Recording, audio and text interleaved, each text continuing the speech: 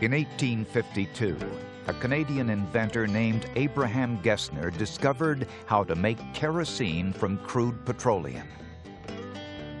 In an age when candles and whale oil provided the only light after sundown, it was a dramatic discovery.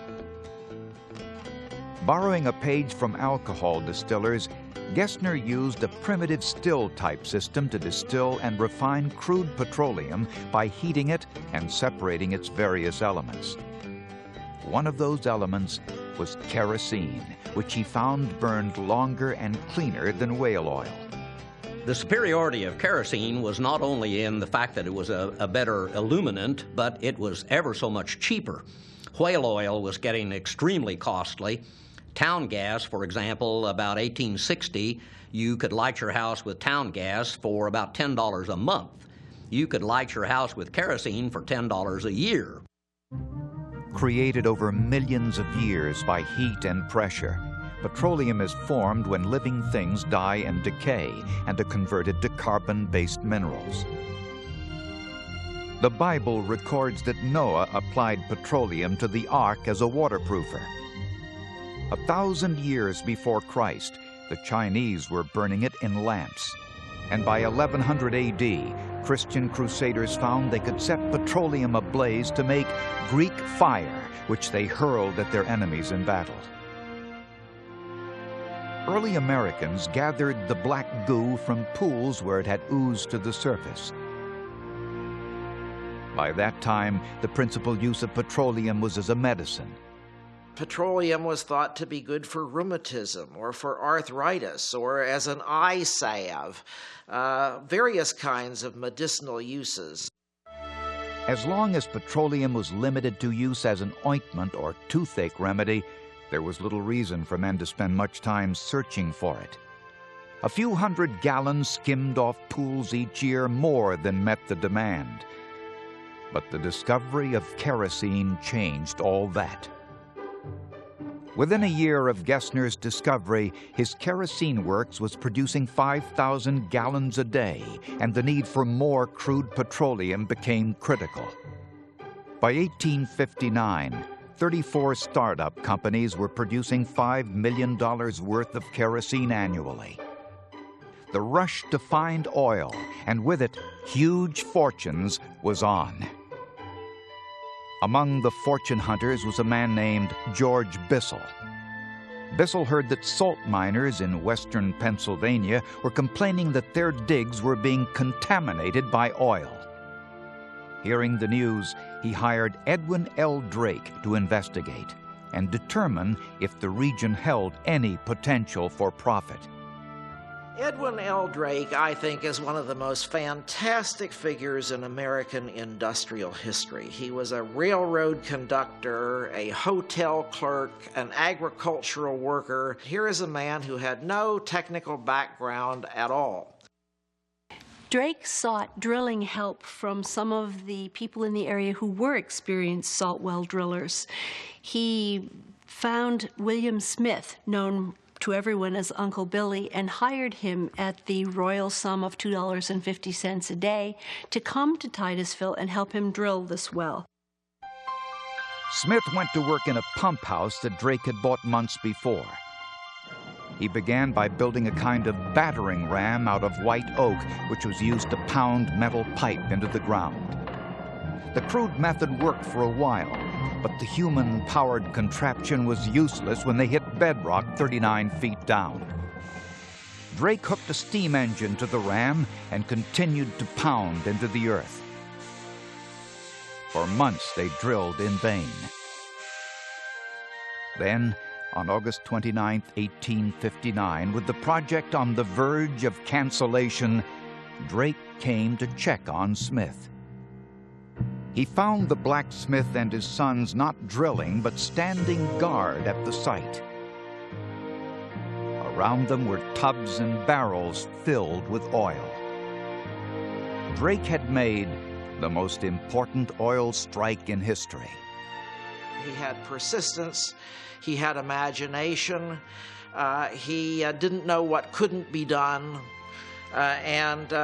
So finally, after he got down to about 69 feet, He realized that there was something down there that you could see that was not water, it was not brine, and when it was pumped up, it was petroleum. And so that was the crucial breakthrough. News of the find quickly spread. Thousands were drawn to the area to make their fortune at a time when oil was selling for $20 a barrel. Almost overnight, a new town sprung up at an oil field near Drake's Well. Appropriately named Pithole City, by September of 1865, the town had 15,000 residents. By the midsummer of 1865, by July, Pithole had its post office opened up, and by September of 1865, it had its own newspaper. Pithole had over 50 hotels, and the boarding houses, there's too numerous to count. It was impossible to keep track of all the people, but the post office would handle 10,000 letters a day, and a good many of those went to the dead letter office due to the fact that so many people were in and out of Pithole compared with your other smaller towns around the area. Pithole was where all the excitement was at that period of time of 1865. Then, in January of 1866, the wells began to dry up. Output fell from 6,000 barrels a day to 3,000. Within the year, Pithole was producing only 2,000 barrels a day, and by the following fall, the flow had become a mere drip. Fortunes that had been made overnight vanished just as quickly. Within a year, the town was deserted. A parcel of land that had sold for $2 million in 1865 was auctioned off for $4.37. Edwin Drake, the man responsible for the most important oil strike in history, died penniless in 1880. Still, America was hooked on petroleum and the kerosene lamp. Great wealth awaited any man who could extract, process, and refine oil cheaply and quickly. Just such a man was working as a clerk at a Cleveland produce shipping firm. His name, John Davidson Rockefeller.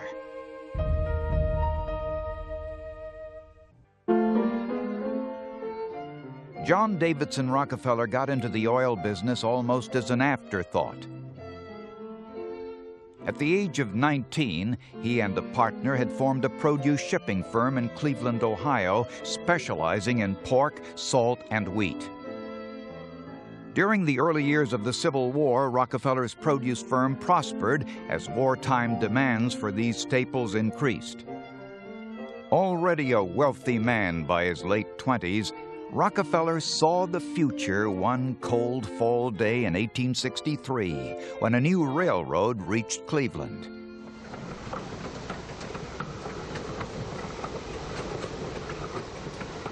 Now, Cleveland was linked to the oil-rich regions of Pennsylvania. Dozens of petroleum refineries quickly sprang up along the city's rail lines. Rockefeller knew an opportunity when he saw one. In 1864, he bought his first oil refinery. It did not take him long to realize that the profit potential dwarfed that of the produce business.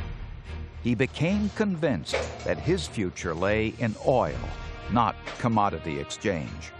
Rockefeller's entry into oil refining follows, I think, a careful analysis of the commodity by Rockefeller himself. He saw the potential in this. Its lighting capability was much higher than candles or camphene or sperm oil, and he probably saw the potential, but he also heard what I would call the ruckus coming from the Pennsylvania border, because by the mid-1860s, Cleveland's newspapers were awash with stories of the fortunes being made and lost in the oil fields near Titusville and in western Pennsylvania.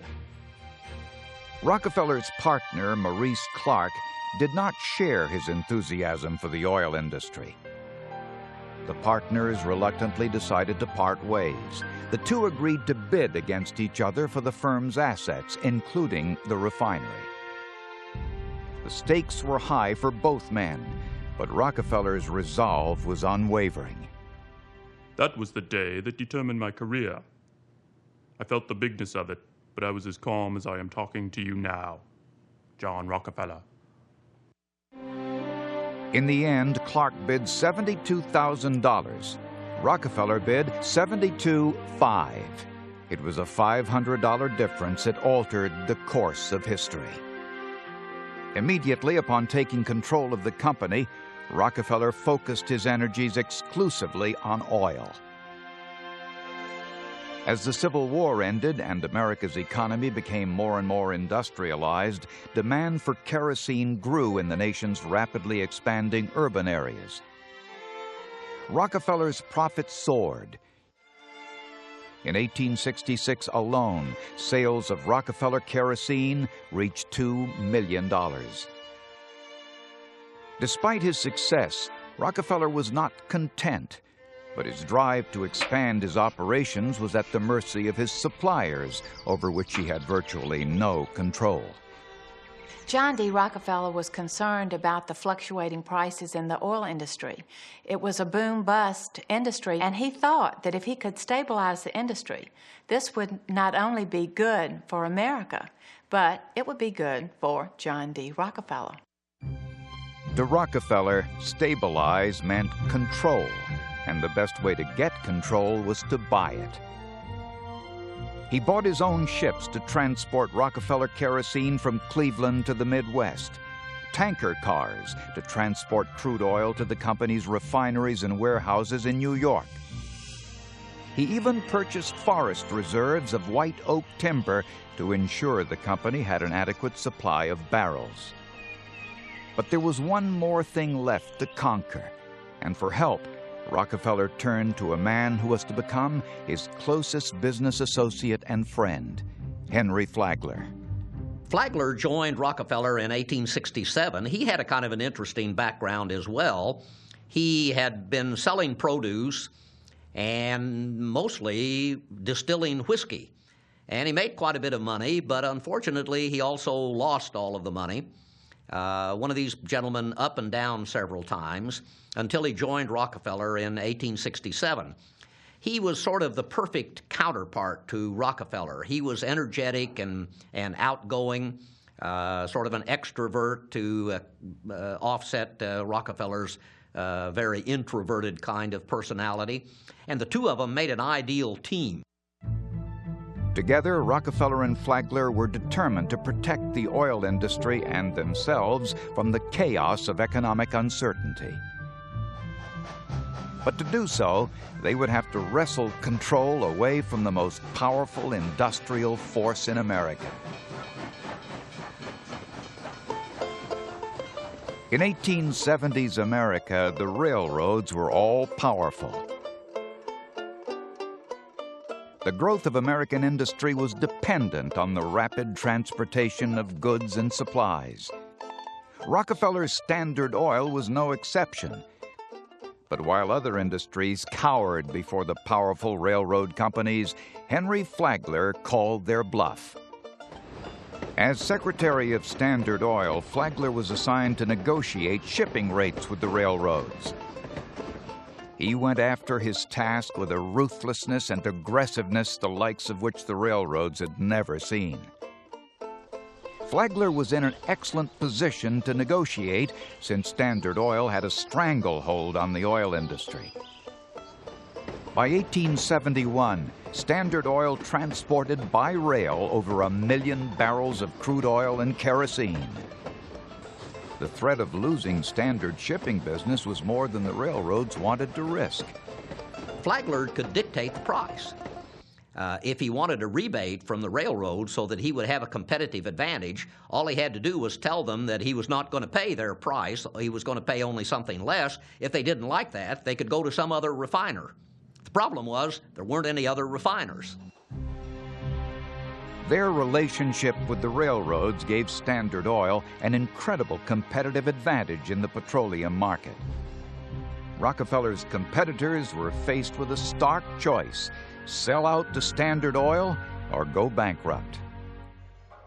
There was a pressure brought upon my mind and upon almost all citizens of Cleveland engaged in the oil business that we were virtually killed as refiners.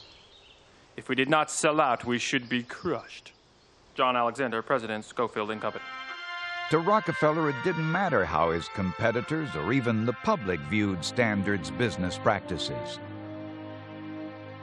When one rival complained to the oil tycoon that he did not wish to sell, Rockefeller replied bluntly, "You can compete with Standard. We have all the large refineries now. If you refuse to sell, it will end in your being crushed." By April 1872, Standard Oil had acquired or absorbed 21 other refining firms in the Cleveland area alone. Rockefeller himself, only a decade after entering the oil business, was one of the richest men in the country, with a personal wealth of several $million. He was now both admired and feared by businessmen throughout America. It's interesting to try to figure out how much money he made and how much he accumulated. I think the answer is that at the time, not even Rockefeller knew, because the money was literally coming in faster than he could count it. I think comparing a Rockefeller to a Bill Gates is probably a good example, because Gates' personal wealth now is in excess of $10 or $15 billion, and that's so far beyond what an average American worker makes today. I think very much an average American worker of the 1890s or the turn of the century probably would have seen Rockefeller in the same terms, because his wealth was certainly in the hundreds of millions, perhaps even approaching $1 billion. So way, way ahead. An average American production worker, a factory worker at the turn of the century might be making, depending on his skill level or her skill level, might be making $5, $10, $12 a week. So $500 or $600 a year was considered a decent living for an average industrial worker in America, comparing that with a fortune worth hundreds of millions. So the gap is similar, and I think Americans saw these so-called robber barons as people, in effect, living in a whole other world. I mean, their whole standard of living was just, it couldn't even be compared in some ways. The gap was so great. The future growth of Standard Oil seemed limitless. But forces were gathering that would soon threaten the mighty empire and its king.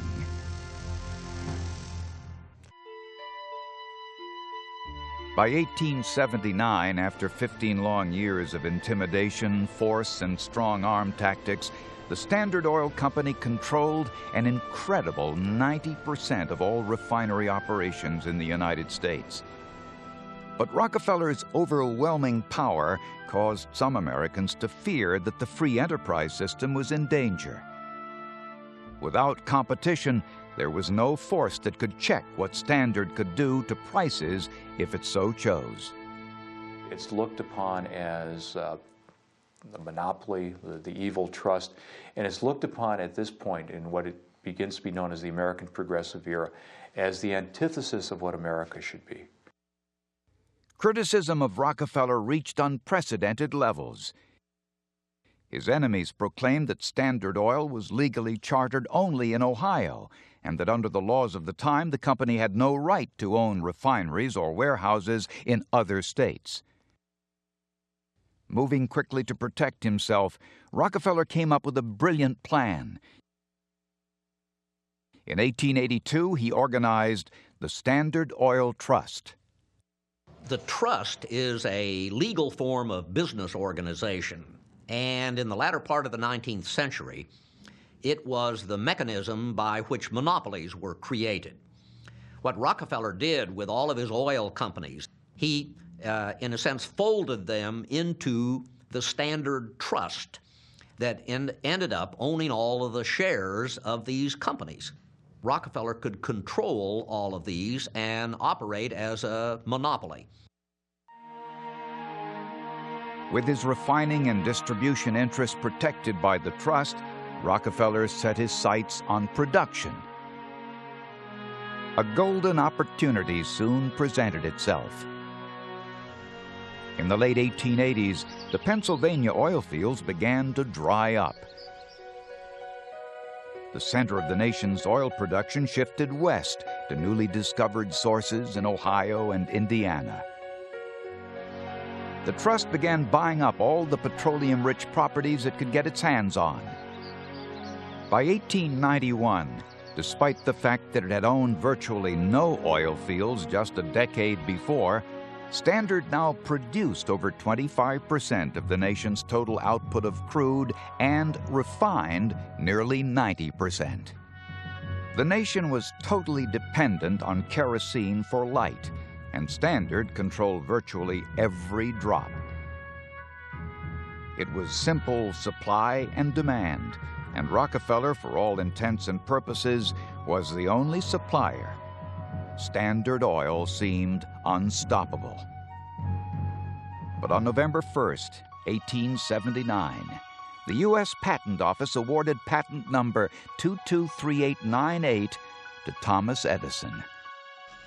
It was for the electric lamp.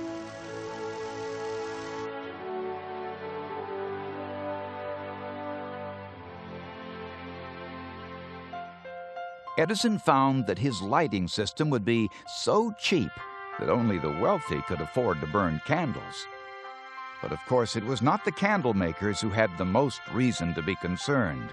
The light bulb took the country by storm and put the entire oil industry at risk. Thomas Edison was just not an inventor, a scientist. He realized very quickly the commercial interest his invention would create. He priced his electricity to be competitive with oil. By 1892, an oil man, if he could sell a gallon of oil for 2 cents, he was considered pretty lucky. As the 19th century came to a close, oil men feared for their future. But another invention soon appeared that filled them not with dread, but with hope.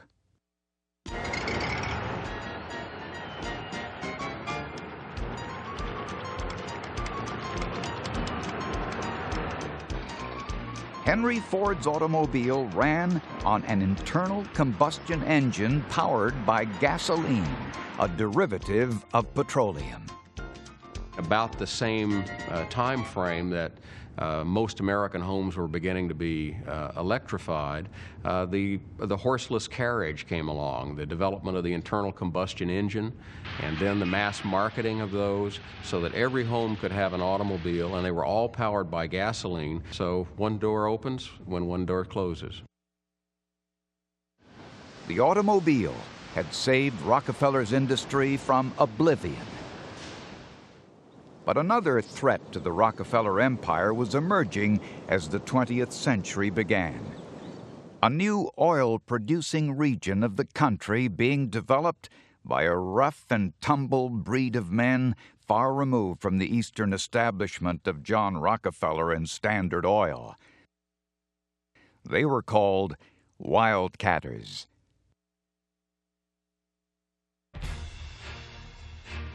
As the 20th century began, the automobile was transforming the oil industry. Gasoline-powered vehicles promised to more than make up for the declining use of petroleum and kerosene production. Between 1900 and 1910, almost 500,000 cars took to America's roads. It was clear that new sources of petroleum would have to be found. Men began looking for the black gold in the most unlikely areas. One of these areas was Texas. The first gusher of Texas crude exploded from the ground on January 10, 1901. It was the largest strike in history, and it was a culmination of 2 years of struggle by a new breed of oilmen called wildcatters. It also marked the beginning of the end for Standard Oil's domination of the oil industry. The company now had to compete with thousands of oilmen, probing and drilling the earth in search of oil. The stereotypical wildcatter was a man with little education who had a singular desire to strike it rich in oil. One such man was a one-armed merchant and Sunday school teacher named Petroleum Higgins. Higgins was convinced that oil could be found at a site near Beaumont, Texas. On a small hill called Spindletop, flammable gas bubbled out of springs. Higgins felt that the gas was a sure indication of oil. However, practically everyone associated with the oil industry knew that oil fields were chiefly an eastern phenomenon. Expert geologists proclaimed the notion of oil in Beaumont ridiculous. Townspeople began to think that Higgins might be insane. All the experts agreed that Texas would never develop as a major oil-producing region. In the late 19th century, the oil industry in the United States was primarily concentrated in a belt of states that surround the Great Lakes. Pennsylvania was, of course, where oil was first discovered in America. By the turn of the century, Ohio is the largest oil-producing state. The state of Texas, by comparison, is a relatively minor player. In a desperate attempt to prove his theory, Higgins took out an ad for a professional driller. Only one, Anthony F. Lucas, a salt and sulfur driller by trade, responded. After listening to the Higgins story and examining the site for himself, Lucas became convinced that Higgins was not as crazy as people thought. Lucas and Higgins appealed to Standard Oil for help, but were summarily rejected. Desperate for funds, they then turned to the Pittsburgh-based wildcat firm of James Guffey and John Galley. The firm was financed by the Mellon family, who were among the nation's leading bankers. Higgins had no money. He'd become a bit of a joke in Beaumont. Nobody was willing to put any money into anything that he put together any longer. Lucas started looking for more money, and a deal was worked out. Guffey and Galley would find the money. As it turns out, they went to the Mellon banking house, and the Mellon brothers gave a small percentage to Lucas, and they said nothing for Higgins. If Lucas wanted to share with Higgins, he could, out of the generosity of his heart, but they weren't willing to make a deal that would include Petroleum Higgins. Pushing Higgins aside, Lucas started drilling in the fall of 1900. After drilling down almost 900 feet, a trickle of oil bubbled to the surface. One of the experienced drillers on the crew speculated that the well might eventually produce 50 barrels a day. Most of the other drillers felt that this estimate was overly optimistic. Drilling continued into January.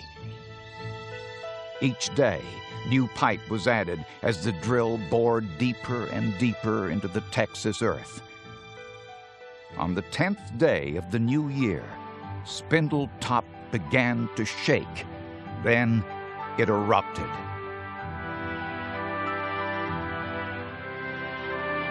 Spindletop is like no other oil find anywhere. It doubles the total U.S. production of oil by itself. It alone represents 1/5 of the oil supply of the world at that time. There is a lake of oil before they can shut down the gusher that is a mile long. Land which had sold for $10 an acre a year before now went for $1 million an acre. Beaumont instantly became a boom town. Almost overnight, the city's population grew from 10,000 to 50,000. An additional 16,000 people crammed into tents on Spindletop itself. Many of those who arrived in Spindletop were from the rougher elements of society. It was said that half the whiskey consumed in Texas was drunk in Beaumont. Gambling houses, were very popular. Gambling was popular, and so was fighting. And usually not a night went by that there weren't 2 or 3 murders. And one morning, the people in Beaumont woke up and 16 bodies were dragged from the river, all with their throats slit.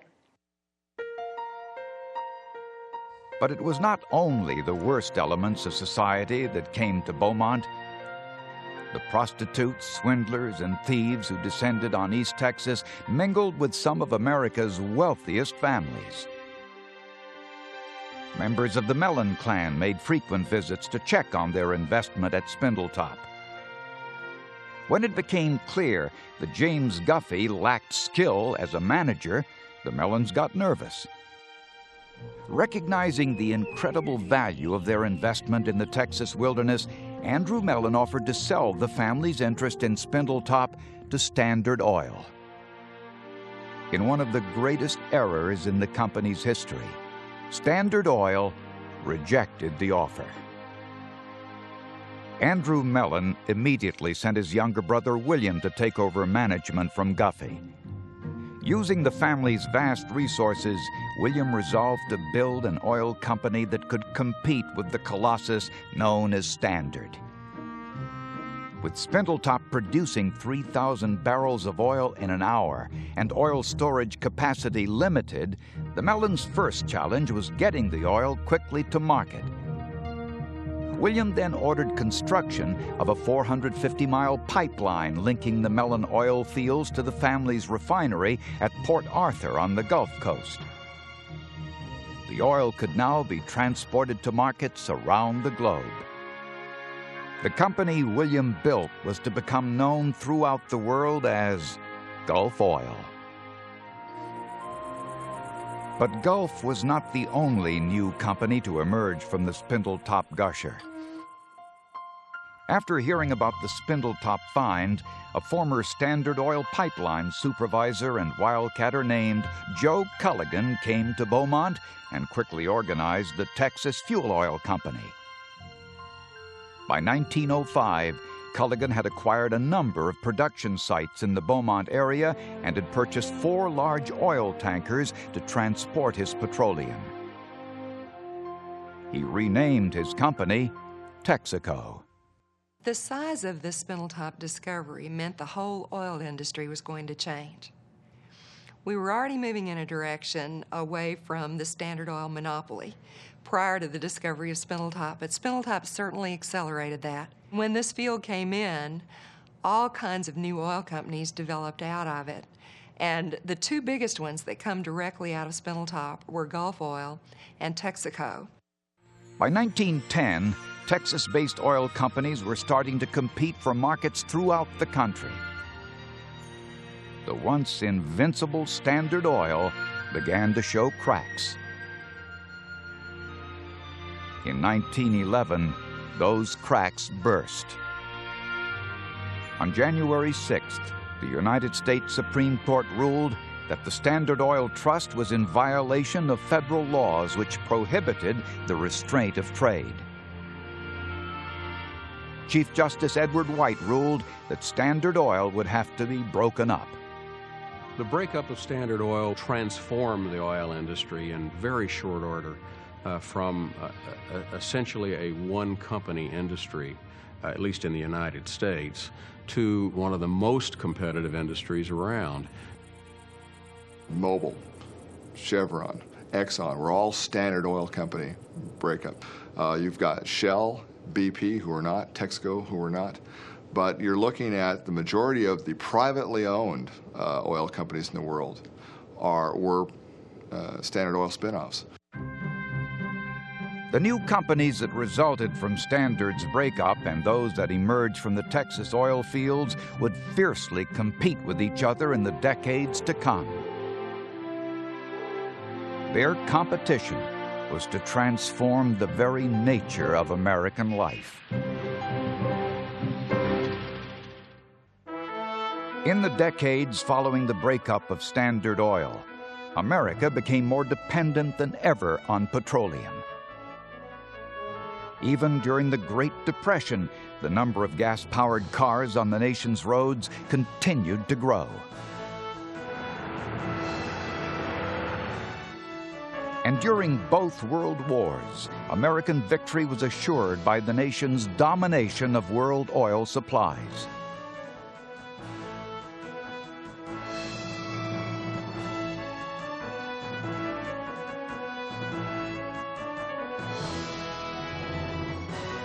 But it was during the decades following World War II that oil consumption reached its apex. As America entered the 1950s, the nation's reliance on oil had grown from a necessity to an addiction. It was an addiction driven by the automobile. America's love affair with the car was consummated.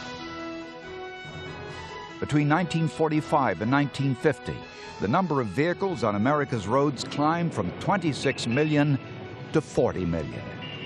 At the end of World War II, American life is transformed, and transformed largely by the automobile. The automobile makes it possible for you to live a long way from your job and to commute to work. Americans are not only buying the house in the suburbs, they're buying a car. In some cases, if they're wealthy enough, they buy two. The other thing that happens is Americans want bigger and bigger cars. The 1950s and 60s are the heyday of what some people call the muscle cars, the V8s, the 400-plus horsepower. And these, of course, are not very fuel efficient. And so our consumption of gasoline and motor oil skyrockets in this period. For American oil companies, competition was more intense than ever. Dozens of corporate giants battled for the consumer's dollar. In addition to the companies that emerged from Standard's breakup and those that blossomed out of the Spindletop strike, other corporations were making their presence felt in the marketplace. International concerns like British Petroleum were increasingly competitive in the U.S., and Phillips Petroleum had sprung up from the rich oil patch of Oklahoma to become a major player.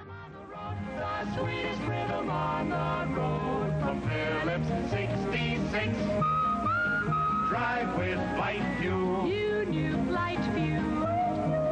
For the sweetest rhythm on the road. With 20 companies all selling essentially the same product at the same price, image and service became the hallmarks of the post-war oil industry. You can trust your car to the man who wears a star. He's a man best qualified to take care of your car at every Texaco station. Clean across the nation. You can trust your car to the man who wears the star. So trust your car to the man who wears the star. But the good times of the 50s and early 60s would not last forever.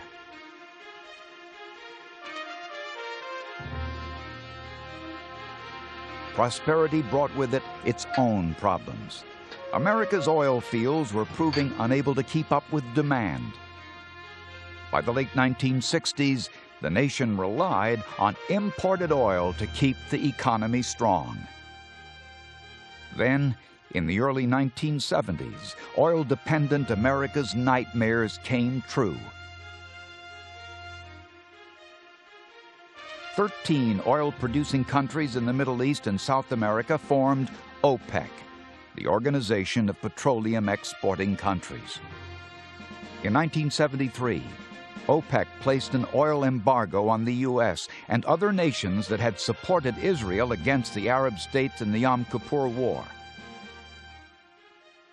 The American economy went into a tailspin as gas shortages gripped the nation. Throughout the late 70s and into the 80s, America was beset by economic problems relating to its reliance on imported oil. Then, Iraq invaded Kuwait in August of 1990. Fear spread that Saddam Hussein's armies might push on and seize the Saudi oil fields. To protect the American economy, the nation prepared for war. Following those meetings, the Saudi government requested our help. And I responded to that request by ordering U.S. air and ground forces to deploy to the Kingdom of Saudi Arabia. Let me be clear The sovereign independence of Saudi Arabia is of vital interest to the United States.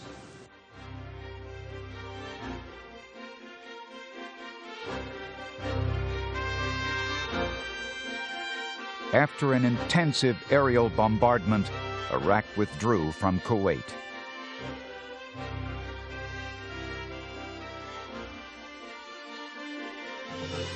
Oil prices and America's economy once again stabilized. Today, U.S. companies are using advanced three-dimensional technology to search for oil in ways in which previous generations of oilmen could not have dreamed. When Rockefeller was pioneering our industry, you know, oil was pretty much close to the surface. I mean, Jed Clampett went out there and he shot his gun in the ground and up came, it was bubbling right there. Didn't have to do much to find it. And what are we seeing now as the future starts to unfold? We don't see lots of people out in the oil field like there were before, but these automated machines where the field is so well automated and so well controlled and so well managed in terms of being safe that we let the machines collect the data, do the work remotely, where we can actually stay in the comfort of our laboratories on what looks like big consoles, like a spaceship, if you will. It has been almost a century since the collapse of John D. Rockefeller's Standard Oil colossus. The global dominance enjoyed by American oil companies in the mid-20th century is also gone forever. Still, the nation's oil companies continued the work started by Edwin Drake so long ago, searching the globe for the fuel that powers the nation's industrial empires, the black gold of oil.